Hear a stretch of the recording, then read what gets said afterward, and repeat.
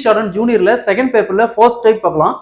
when vowels should necessarily be inserted. இந்த கொஸ்டின்ல என்ன சொல்ல வராங்கன்னா வவ்வலை ப்ராப்பரா யூஸ் பண்ணி ஒரு வேர்டுக்கு ஸ்ட்ரோக் போட சொல்லியிருக்காங்க. இப்போ பாருங்க, அகாடமி ஃபர்ஸ்ட் இந்த ஏக்கு டாட்டு கே ஸ்ட்ரோக்கு, அகைன் ஒரு ஏ அக்க, அடுத்து டி இந்த டி, அடுத்தது இக்கு இந்த இடத்துல இ ஸ்ட்ரோக்கு, அடுத்தது எம், அடுத்தது ஒய் அகாடமி. பாருங்க ப்ராப்பரா வவ்வல் பிளஸ் ஸ்ட்ரோக்கு ப்ராப்பரா போட்டிருக்கு. ஓகேங்களா?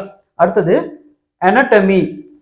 அனாட்டமிக்கு ஃபர்ஸ்ட் ஏ இருக்கு, இங்க ஏ, அடுத்தது என் ஸ்ட்ரோக்கு, அடுத்தது இந்த ஏ ஸ்ட்ரோக்கு, அடுத்தது டி ஸ்ட்ரோக்கு, ஆனால் டான்னு வருது இல்லைங்களா? நம்ம வந்து ஒவ்வொரு லாங் ஒவ்வொரு ஷார்ட் ஒவ்வொரு ப்ராப்பரா ஒரு டைம் பார்த்துக்கணும். அப்போ நம்ம இந்த இடத்துல ப்ராப்பரா பிளேஸ் பண்ண முடியும். ஓகேங்களா? அடுத்தது ட, அடுத்தது எம் இ அனாட்டமி. நெக்ஸ்ட் பார்த்தோம்னா ராபரி. ராபரிக்கு ஃபர்ஸ்ட் இந்த ஆருக்கு இந்த ஆர் ஸ்ட்ரோக்கு, அடுத்து ஆர் இந்த ஸ்ட்ரோக்கு, அடுத்தது பிக்கு இந்த ஏபி திக் பி, அடுத்தது இக்கு இந்த டாட்டு, அடுத்தது ஆர் ஒய் ஆறு இந்த இடத்துல ஒய்க்கு இந்த டாட்டு.